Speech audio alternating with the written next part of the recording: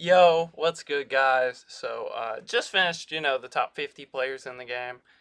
If you guys haven't seen that and you want a more all encompassing video that goes over more cards, gives you more options at more price ranges that may fit your budget, or cards that are grindable, then that video might be more your speed. But if you want a clear and concise top 10, these are the top 10 players that I think everybody should strive to have on their team. If you can get some of these guys on your team, you're going to be in a better spot to win. These cards are excellent. They are the cream of the crop. They are the best cards in the game. And yeah, so let's get into it. If this is helpful to you guys, feel free to like and subscribe for more content in the future. But without further ado, let's get into it. So you can see I kind of have a top 13 more than, a top 10. We do have some honorable mentions, guys that I think are on the outside looking in, and if you do hit particularly well with these cards, they could have an argument. You give them the right captain boost, they could have an argument. So our first honorable mention is going to be the core collection Corey Seager card. I will pull him up now. He is very solid. Has an absolutely money swing. And actually plays a lot better defense than I thought he would. You can see I have him P4. This is primarily events games, so the numbers you're seeing are a little inflated. You can't see his slugging or his home runs. He has 26 home runs. He's slugging 1547 for me. He has been absolutely elite. I would not advise you guys to play him at shortstop, but at second base or at third base even, he is a phenomenal player. Plays a good second base. I imagine he would play a good third base. Has a great swing. Has inverse splits kind of against lefties. That is why he is my first honorable mention. So getting back to the list here, our second honorable mention is going to be Trey Turner. I still think Trey Turner's elite. That 125 clutch that he has, and being able to be a plus fielder at several different positions on the diamond is a huge plus for me. Has a really good swing with an early leg kick. It's hard to get ate up on by right-handed pitchers with him. You can turn on a lot of stuff, and 99 speed is always nice to have, right? You can see he batted 402 for me, 14 home runs. This is ranked mainly. I didn't use him in events too much, so obviously this is steeper competition. You can see the AB per home run, not great, but we know the power is not really there. But he gets on base, hits a lot of extra base hits. Might not hit a lot of home runs, but hits a lot of extra base hits. Would play a good shortstop, a great second base, and a serviceable center field for you. Very versatile card that I feel like a lot of people probably got in Season 1. He is still very viable in Season 2. Third honorable mention, Frank Thomas, right? Have not used this card. I did use his card last year. It was a very solid card for me. This one is basically the exact same card, except he has live series quirks, right? So I can only imagine how great this card is, how amazing he hits the ball. There is one problem. We have a guy called Babe Ruth that can play first base. But I think next season, when Babe is ineligible, and most people probably want wild card Babe, I think Frank Thomas will probably run the meta at first base. I can't see too many other guys coming out to compete with him. And if you use the Cal Ripken boost, he is God himself playing baseball. So really do like Frank, and that is why he is our third and final honorable mention. So let's start the actual list here. Number 10, Josh Donaldson. You could argue maybe him and Frank should swap places. Donaldson does play plus defense at a more valuable position. I will have to probably find him here. This card has been astounding for me. I cannot believe how well this card has played. He is a boss. Everybody will have access to him, assuming you play the game enough.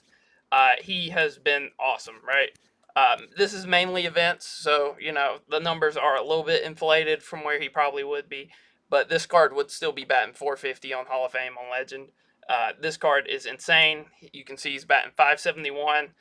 He's worked a couple walks for me. He has 19 home runs, and he's slugging almost 1,700. He is an absolute stud. This card's insane. Plays good defense, can play great D if you use the cover athlete boost, or if you parallel him enough. He is phenomenal. I cannot say enough about this card. The swing is awesome, and that is why he is number 10 on our list. Number 9, Mike Trout. He's still here. He's still dominant. I've been slumping with him a little bit, but that's probably just a me thing. He is still as dominant as ever. You can see the hitting stats are phenomenal. Plays a good center field with diamond defense. The 99 speed kind of offsets his bad reaction, lets him get to about anything in center. Obviously, we have better defensive options now, but his bat is still top tier, absolutely top tier. The only thing that hurts him a little bit is the clutch, but it's not that much lower than his contact number, so you should kind of be used to it with him. You can see still batting .470 with 45 home runs for me. Has an argument for being my best hitter all year. Obviously, we have him super fractured, 4.6, 4.7 AB per home run. He has been phenomenal. Always love Mike Trout, and he is not out of the meta yet, although that will change when the season flips over. So, let's get into number 8, right? Yep, number 8 on the list is our first pitcher. Some people don't like including pitchers in the top players list. I do, right? I think it's important to have pitchers in there. If you can have a good starting pitcher that gives you a better chance of winning the game than any other starter, these above average starting pitchers, these great starting pitchers, I think that's valuable, right? You can say, wah, you only get to use them once every 5 games. I disagree with that. I like the idea of having 1 out of 5, 2 out of 5 of my games almost be a guarantee to win, because I'm so confident in that pitcher that, it shouldn't even be a game. And that's what Pedro does. You can see the stats don't look amazing. His control is really high, and that's what I love about him. Gets a lot of swings and misses, has really good speed differentials. He can go from 103, 104 to a 78 mile an hour circle change. And that is absolutely elite. That's absolutely dominant. He gets a lot of swings and misses. The pitching clutch is pretty decent. You can see he has pitched 8 innings for me. I believe this is all online ranked. He has a 3.2 ERA and a sub-1 whip. That is dominant, especially this year with the way pitching is. That's what an ace looks like. They're going to have around a 3 ERA with a low whip, and they're not going to strike out a lot of batters because of the way the game is, unfortunately. But Pedro is an ace, and that is why I thought he was deserving of our number 8 spot. Number 7, we have King Griffey Jr. The kid is still pretty dominant in game. I have him here because of a combination, right? I'll probably hit better with Mike Trout. I probably feel more confident with Mike Trout personally. But, Griffey has comparable hitting stats. He's almost as fast as Trout, and he plays a plus outfield defense for you. You can see super fractured. He's going to have 93 speed with 97 reaction. He's going to get to some balls in center field that almost nobody else can get to. He's got the Griffey swing. It's butter. It's always a really smooth, really quick swing. Pretty good lefty swing. You can see numbers are a little inflated. I did use them in Moonshot event forever ago when he came out. I would not say these are really indicative of his numbers.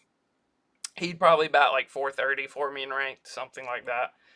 But you can see as of right now, he's batting .510 with 30 home runs, slugging .1450. So really solid. Plays a great outfield defense. I put him in right field personally, and he gets to about everything. I value outfield defense with how many foul balls and second chance your opponents get in this game. It's important to have that speed out there to track down those foul balls and end at bats when they should end, instead of extending them and watching bad things happen. So for that reason, Griffey is at our number 7 spot? Yeah, number 7, Griffey. Like the defense, like the bat. Number 6, this is probably the most controversial one. I have Hank Aaron, right? I think he looks really good. I think he looks really solid. But for what you have to do to get him, I am not personally the biggest fan. Honestly, why not give him the Babe Ruth treatment and just max out his hitting? He's a little slower than I thought he would be. His reaction isn't as good as I would like it to be. And he's missing some quirks. He has a lot of quirks, but he's missing some. He's not quite to that Chipper slash Babe Ruth level where they have pretty much every quirk. And his hitting tendency, right? He's a push hitter. For you guys that don't know what that means, it means his timing windows on inside pitches will be smaller. His timing windows on outside pitches will be bigger. And he's going to typically hit the ball harder to opposite field rather than pulling it, which is really unfortunate. If you know how this game plays, you want to be early on stuff. You want to pull it down the line. You don't really want to be going to deep center field. He does have the power to do that, but overall, that kind of limits Hank Aaron's effect. He just doesn't really live up to these top of the top cards. He is a very solid card. I do think he is probably the second best outfielder in the game right now, but you know, he's only number 6 on our list. Number 5, another set 2 boss, Randy, right? Randy is completely dominant, and he is basically as high as I am comfortable with ranking a starting pitcher. I probably wouldn't ever rank any starter ever higher than 5. Randy is probably the most dominant MLB The Show starter that we've ever seen. You can see he was my first choice. He is absolutely elite. He is going to be missing some hits. The control's not great, but the pitching clutch is there. The strikeout stuff is there, and you can see this is only through events. These are all events games, so obviously, events games on All Star are not going to give you a good read on how good a pitcher is. But even with that almost 6 ERA from giving up home runs, you can see he has almost a sub-1 whip. So that's pretty dominant. That ERA doesn't really add up to that whip. You can see he's striking out 9 through a full start. That is pretty much above average this year with the way foul balls and stuff are. And he's only going to get better on Hall of Fame and Legend difficulties. He should be absolutely dominant. He is 100% the best starting pitcher in the game right now. Maybe just not on All-Star difficulty. And that lands him at number 5. Number 4, David Wright, the captain, or the other captain, however you want to address him. They juiced this card. He's better than I thought he would be. He has a lot more speed than I thought he would be. He's pretty much a maxed out fielder. If not for somebody else on this list, he would probably be the best third baseman in the game. He is the best shortstop in the game. So that's what lands him here. Max out contact. He's basically going to have max clutch, and he's got more than adequate power. He's basically juiced Trey Turner, right? He's like upgraded Trey Turner, pretty much. A little less speed, a little more quirks. He did not get breaking ball hitter, which is unfortunate. No bad ball hitter. But he's going to play an absolutely elite shortstop for you. I think he is the second best option behind Randy. I think he is a better choice than Hank, unless you're weaker in the outfield than you are in the infield. So David Wright gets number 4 on the list. I think he looks absolutely elite. Although I have personally not used him, but his 92 captain card has been on my bench forever, and when I have taken swings with him, he has had a butter swing. It's a very good righty swing. It's somewhat similar to Jeter's. I believe it's a toe tap. Really solid. Number 3, the Bambino. Does not fall far. Was probably our second best card in the game. Last time I did this list, he is now 3rd in my opinion. Has fallen a little bit, but you can see still has the max out hitting, still has max out clutch. Honestly, doesn't play a terrible right field. Once you get some parallels on him, you can see I almost have him super factored. Batting .422 with 21 home runs for me. You can see almost half of his hits are home runs. It's just kind of what he does. He hits home runs or he does not hit the ball. But an absolutely elite card. Even though I don't like his swing as much this year as I have in previous years, he is still elite, and I still see the potential there with him, even though he might not be my best card. Number 2, Chipper Jones. 2 and 1 are somewhat interchangeable depending on how you hit with each of them. But from an objective standpoint, just looking at attributes and quirks and whatnot, I think Chipper is the second best card in the game. You can see pretty much max hitting. I mean, we're going to call that max hitting. He's barely missing any attributes. I don't even know if we'll get another Chipper Jones this year. This card is insane. He's been great for me. You can see he's batting .479 with 32 home runs, slugging almost 1,400 almost. He is an absolute stud. No complaints about Chipper other than he plays a bad third base for me. You would see the fielding attributes and think he plays a pretty above average third base. He is absolutely awful at third base for me. So that is my biggest complaint, and that is the biggest difference I have between him and number 1 on the list, who is pretty obviously Mickey Mantle. Mickey Mantle, or as they have dubbed him in-game, the Commerce Comet, is 100% the best card in the game. Switch hitter, has basically max hitting stats against both sides, has max clutch, has 99 speed, and pretty much max defense. He is going to get to every ball in center field. Those ones where Griffey gets a bad jump or is just too slow to get to, Mickey's getting to those, right? The 99 speed is a big gap from the 93 speed that Griffey has. The reaction will be very similar. You can see, right? The card's been out, 2.5 weeks? I've already got 8,800 PXP on him. He will be super fractured very soon. He has been dominant. You can see batting .433 with a 454 on base. That is significant. That is significantly higher than a lot of other cards on my team. He walks a lot. People are scared to pitch to Mickey Mantle. And I like that because I play him at leadoff. You can see good AB per home run. He has 24 home runs. He's slugging 1,200. Obviously, you guys can't see that. And then has all the quirks you would want for the most part. Dead red, breaking ball, rally monkey, situational. You would like to probably see like bad ball hitter or first pitch hitter, but overall you can't ask for too much more out of a card. A little more contact against power against lefties would be nice, but other than that, pretty much a perfect card. And that's why I think he is the best in the game. Him and Chipper are very similar hitters. I hit better with Chipper, but the defense Mickey Mantle plays out there is completely insane. He takes runs off the board. He throws runners out. I didn't even show his outfield assist. I'm not sure where that is shown. You can see he has 2 outfield assists for me in 473 innings. That sounds like a lot.